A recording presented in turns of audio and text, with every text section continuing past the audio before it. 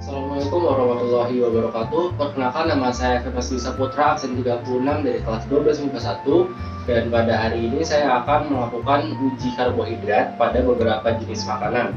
Nah, makanan-makanan yang saya akan uji antara lain ada nasi, kemudian ada tahu, ada roti, kemudian ada kentang, ada pisang, dan juga biskuit.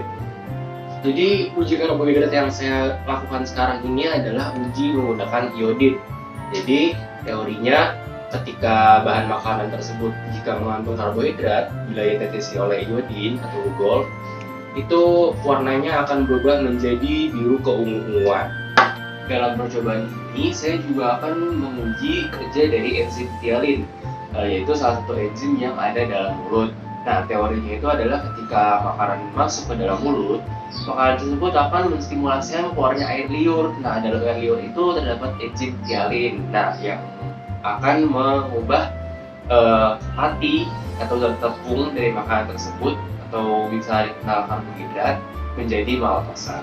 Jadi, hipotesisnya adalah nanti ketika makanan yang dikunyah dengan makanan yang tidak dikunyah akan menunjukkan hasil yang sedikit berbeda dalam perubahan warnanya, yang seharusnya apabila enzim tialin benar-benar bekerja, maka kandungan karbohidrat yang dalam makanan tersebut akan berkurang. Bahan pertama yang saya akan gunakan adalah nasi. Di sini saya sudah pisahkan nasi yang belum dikunyah adalah nasi yang sudah dikunyah.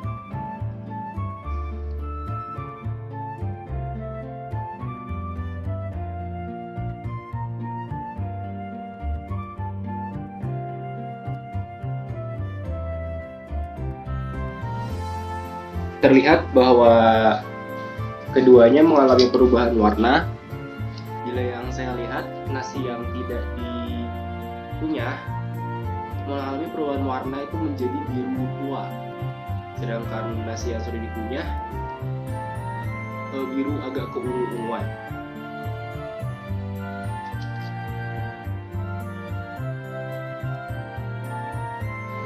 Oke, bahan yang kedua adalah roti.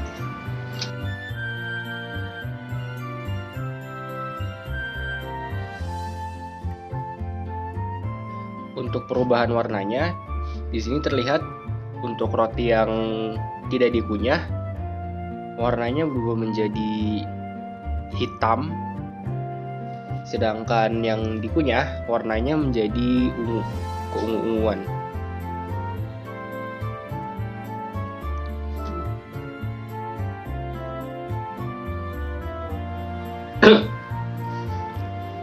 Oke, bahan selanjutnya adalah kentang.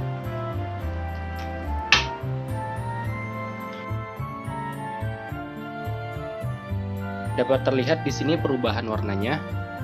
Yang tidak dikunyah mengalami perubahan warna biru tua, biru gelap. Sedangkan yang sudah dikunyah tidak mengalami perubahan.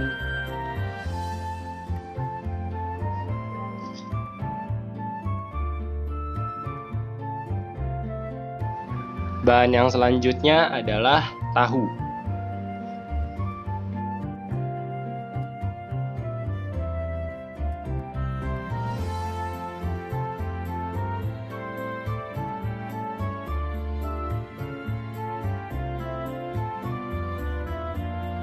Oke, di sini terdapat perubahan warna pada tahu yang tidak dikunyah, namun tidak merata, berwarna biru tua agak keunguan.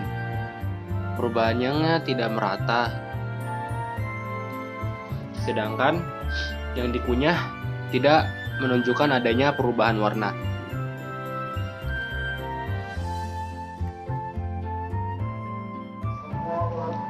Bahan yang selanjutnya adalah pisang.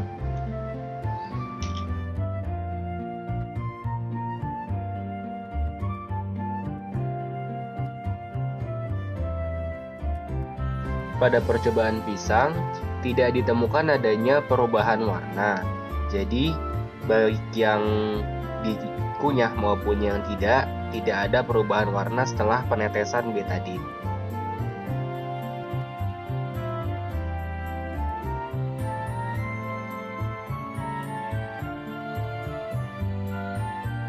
Oke, bahan terakhir yang akan diujikan adalah biskuit.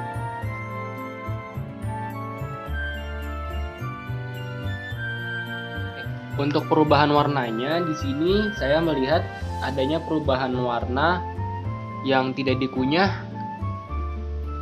sedikit menjadi agak ungu, namun sangat samar, hanya sedikit sekali. Sedangkan yang dikunyah itu juga lebih sedikit menampilkan warna ungu.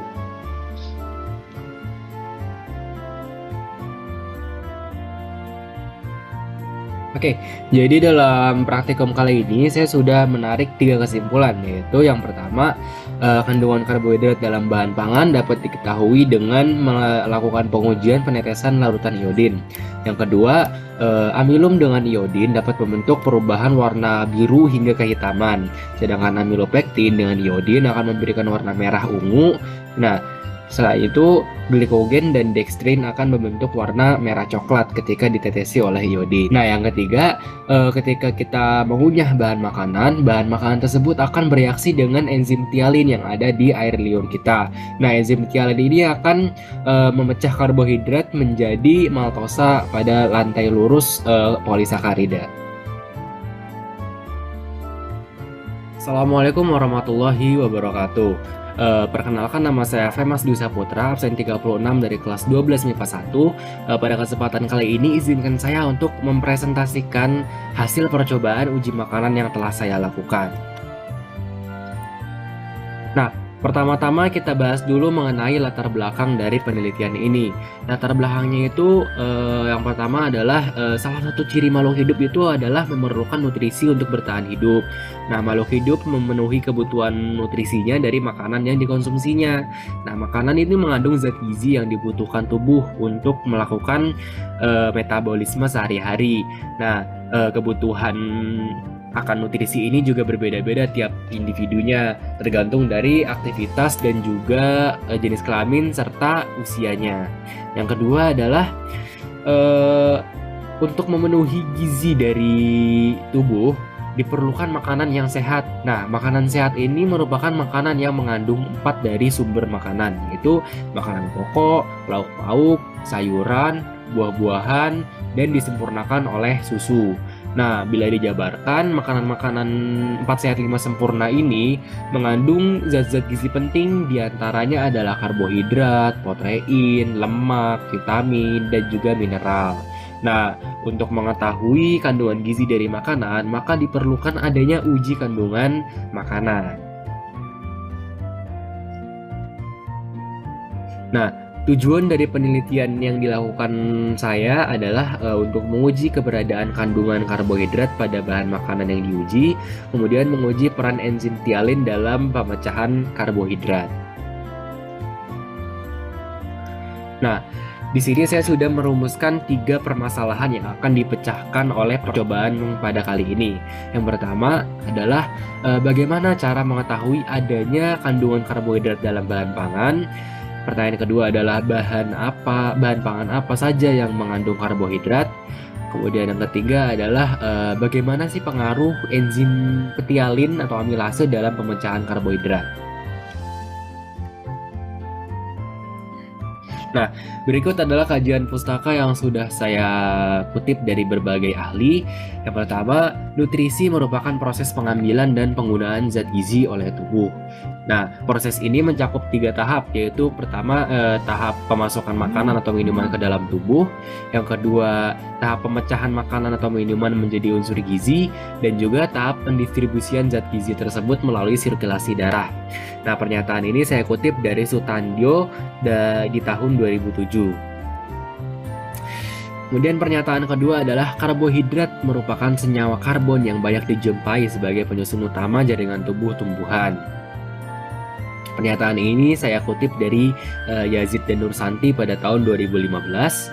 Kemudian untuk mengetahui amilum pada bahan makanan diuji dengan penetesan larutan iodin. Nah, perlu diketahui pengujian dengan iodin ini hanya berlaku untuk beberapa jenis karbohidrat saja. Salah satunya adalah karbohidrat berjenis pati. Mengapa? Karena karbohidrat jenis pati ini tersusun atas glukosa yang membentuk helix dengan adanya ikatan konfigurasi pada setiap unit glukosanya. Nah, bentuk ini itu membuat iodin dapat masuk dan membentuk kompleks dengan pati. Oke, berikut adalah alat dan bahan yang saya gunakan dalam percobaan pada kali ini. Alat-alatnya itu yang pertama ada betadin, kemudian ada piring, ada pengaduk. Itu kalau saya menggunakan sedotan plastik kecil, kemudian ada sendok, dan juga ada pisau untuk menghaluskan makanan dan juga memotong makanan. Selanjutnya adalah bahan-bahan yang saya gunakan, yang saya akan uji dalam percobaan ini antara lain adalah nasi, roti, biskuit, pisang, dan juga kentang dan tahu. Nah, berikut ini adalah langkah-langkah kerja yang saya lakukan dalam percobaan ini. Yang pertama gitu, kita tentunya harus menyiapkan alat dan bahan yang akan digunakan. Yang kedua, ambil salah satu jenis bahan makanan yang ingin diuji. Yang ketiga, letakkan bahan makanan ke piring. Yang keempat, haluskan sebagian bahan makanan dengan sendok atau pisau. Kemudian sebagian bahan makanan yang lain kita kunyah lalu lepehkan ke piring lain. Selanjutnya kita beri tanda antara piring dengan bahan makanan yang tidak dikunyah dengan piring dengan bahan makanan yang telah dikunyah. Selanjutnya kita teteskan betadin pada kedua piring, lalu kita amati perubahan warna yang terjadi. Kemudian kita catat perubahan warna yang terjadi pada tabel pengamatan. Selanjutnya kita ulangi langkah dari langkah pertama hingga langkah ke-9 hingga semua bahan telah teruji.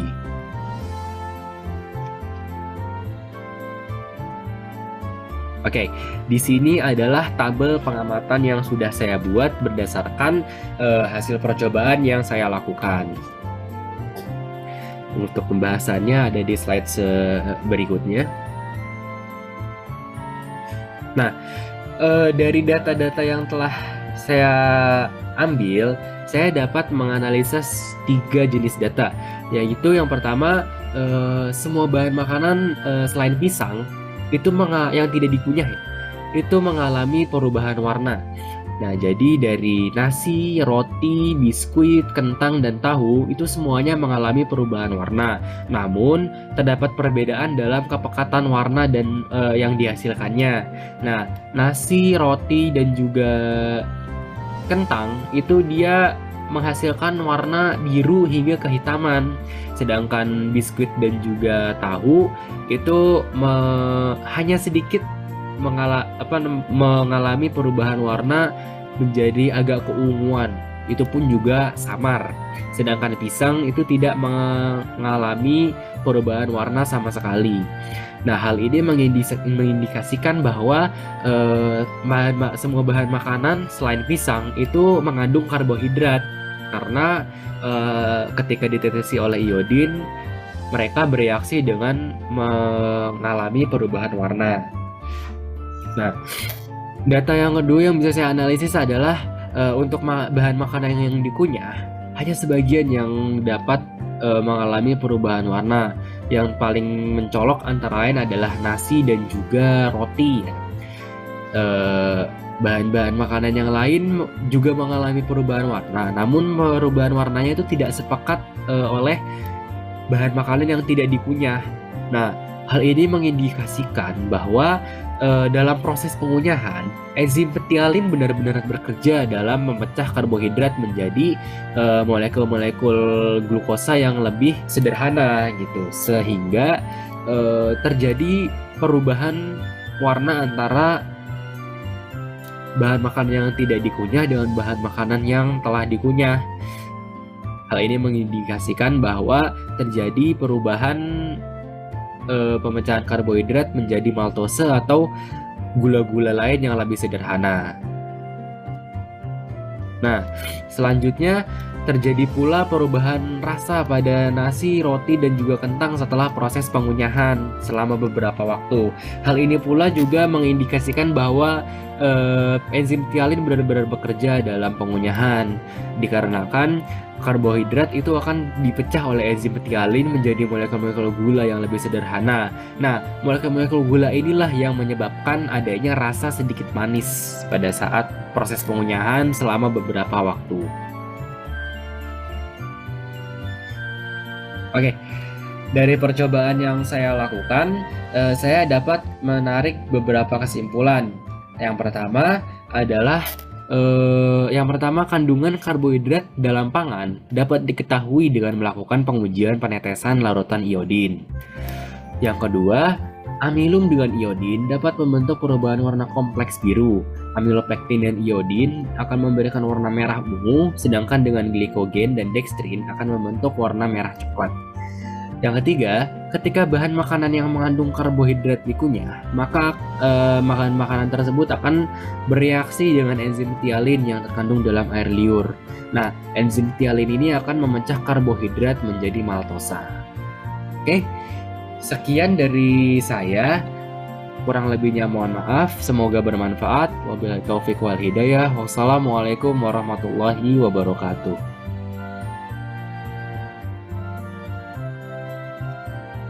Assalamualaikum warahmatullahi wabarakatuh. Nama saya Femas Dwi Saputra dari kelas 12 MIPA 1, dan pada kesempatan kali ini saya akan mencoba menjawab pertanyaan-pertanyaan dari praktikum fisika. Nah, langsung kita ke pertanyaan pertamanya saja. Oke, jadi langkah-langkah metode ilmiah itu terdiri dari yang pertama ada perumusan masalah, yaitu kita merumuskan permasalahan yang perlu diteliti dan dicari solusi dan jawaban dari permasalahan tersebut melalui penelitian. Nah, yang kedua itu adalah kita harus menyusun hipotesis, yaitu dugaan sementara jawaban dari rumusan masalah. Hipotesis ini harus dibuat secara logis dan sesuai dengan fakta. Selanjutnya adalah kita menetapkan variabel penelitian. Nah, dalam variabel penelitian ini terdapat 3 macam, yaitu yang pertama ada variabel bebas atau variabel yang mempengaruhi atau yang menjadi sebab perubahan dari adanya suatu variabel terikat.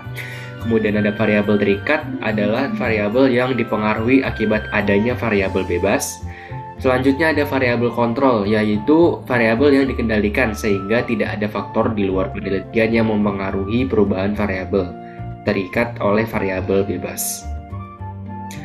Nah, langkah selanjutnya itu adalah menetapkan prosedur kerja, yaitu membuat urutan langkah-langkah penelitian dari awal hingga akhir. Selanjutnya, kita harus mengumpulkan data dengan mencatat hasil percobaan yang telah dilakukan. Nah, data yang dicatat ini harusnya sesuai fakta yang ada di lapangan. Selanjutnya adalah mengolah dan menganalisis data, yaitu melakukan analisis data yang diperoleh dan mengubahnya menjadi bahasa yang lebih mudah dipahami. Kemudian ada menarik kesimpulan dari data yang sudah dianalisis. Nah, di tahap ini juga hipotesis kita yang di awal diuji dan disesuaikan dengan kesimpulan yang setelah kita melakukan penelitian. Selanjutnya adalah mengomunikasikan hasil penelitian agar bisa dimanfaatkan oleh orang lain. Oke, dari percobaan yang telah saya lakukan, saya itu sudah melakukan beberapa tahapan metode-metode ilmiah. Yang pertama diantaranya ada perumusan masalah. Nah, dalam praktikum ini saya merumuskan masalah antara lain adalah yang pertama, bagaimana cara mengetahui adanya kandungan karbohidrat dalam bahan pangan. Yang kedua adalah bahan pangan apa sajakah yang mengandung karbohidrat. Yang ketiga, bagaimana pengaruh enzim amilase dalam pemecahan karbohidrat. Nah, yang kedua itu adalah menyusun hipotesis. Nah, dalam praktikum ini saya berhipotesis bahwa makanan yang mengandung karbohidrat akan berwarna ungu, biru, hingga kehitaman ketika ditetesi oleh iodin. Langkah ketiga itu adalah saya setelah menetapkan variabel-variabel dalam penelitian saya, diantaranya ada variabel bebas, itu adalah jenis makanan yang diuji dan proses pengunyahannya. Terus variabel terikat, yaitu yang menjadi variabel terikat adalah warna makanan setelah ditetesi oleh iodin. Kemudian yang menjadi variabel kontrol adalah penggunaan reagen yang sama, yaitu betadine. Selanjutnya saya sudah menetapkan prosedur kerja. Nah, dalam praktikum ini prosedur kerjanya antara lain yang pertama adalah menyiapkan alat dan bahan. Yang kedua adalah ambil salah satu jenis bahan makanan yang ingin diuji. Yang ketiga meletakkan bahan makanan ke piring.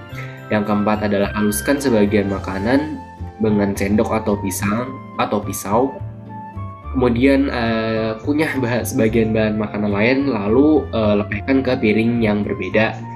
Selanjutnya, beri tanda antara piring dengan bahan makanan yang tidak dikunyah dan piring dengan bahan makanan yang telah dikunyah. Selanjutnya, teteskan betadine pada kedua piring. Selanjutnya, kita amati perubahan warna yang terjadi. Selanjutnya, kita catat dan kita masukkan data pada tabel pengamatan. Yang terakhir adalah kita ulangi semua langkah-langkah tersebut hingga semua bahan yang telah diuji dan diamati. Nah, proses selanjutnya itu adalah saya sudah mengumpulkan data. Nah, data-data yang saya peroleh dari hasil pengamatan ini telah saya catat dan saya data di tabel hasil pengamatan yang ada di laporan percobaan saya. Selanjutnya, saya sudah mengolah dan menganalisis data. Nah, dalam praktikum ini saya juga menganalisis data disertai dengan pembahasannya dari data yang telah saya ambil yang tertera di dalam laporan percobaan. Nah, yang kemudian adalah menarik kesimpulan. Nah, dari percobaan ini saya menarik 3 kesimpulan. Di antaranya yang pertama, kandungan karbohidrat dalam pangan dapat diketahui dengan melakukan pengujian penetesan larutan iodin. Yang kedua, amilum dengan iodin dapat membentuk perubahan warna kompleks biru. Amilopektin dengan iodin akan memberi warna merah ungu, sedangkan dengan glikogen dan dextrin akan membentuk warna merah coklat. Nah, yang ketiga adalah ketika bahan makanan yang mengandung karbohidrat dikunyah, maka akan bereaksi dengan enzim tialin yang berkandung dalam air liur. Enzim tialin ini akan memecah karbohidrat menjadi maltosa pada rantai lurus polisakarida. Nah, yang terakhir itu tahapan yang telah saya lakukan adalah mengkomunikasikan percobaan. Nah, hasil laporan percobaan ini telah saya presentasikan dalam bentuk video. Oke, hal-hal yang perlu diperhatikan dalam upaya keselamatan kerja pada percobaan ini antara lain yang pertama, selalu hati-hati dalam menggunakan pisau saat membelah bahan makanan, karena pisau itu kita tahu sendiri adalah benda tajam. Apabila tidak digunakan secara hati-hati dapat melukai bagian tubuh kita. Yang kedua, salah satu proses percobaan ini kan adalah mengunyah makanan, sehingga kita harus memastikan bahwa makanan yang kita pilih itu masih segar, matang, dan aman untuk kita makan gitu, agar tidak keracunan. Ya, yang terakhir itu dalam penggunaan betadine, jangan sampai tertelan atau tertetes ke mata untuk menghindari keracunan dan cedera lainnya, karena betadine itu sendiri adalah obat luar yang tidak aman untuk tubuh dalam kita. Oke, sekian yang bisa saya sampaikan, kurang lebihnya mohon maaf. Wabillahi taufiq wal hidayah. Wassalamualaikum warahmatullahi wabarakatuh.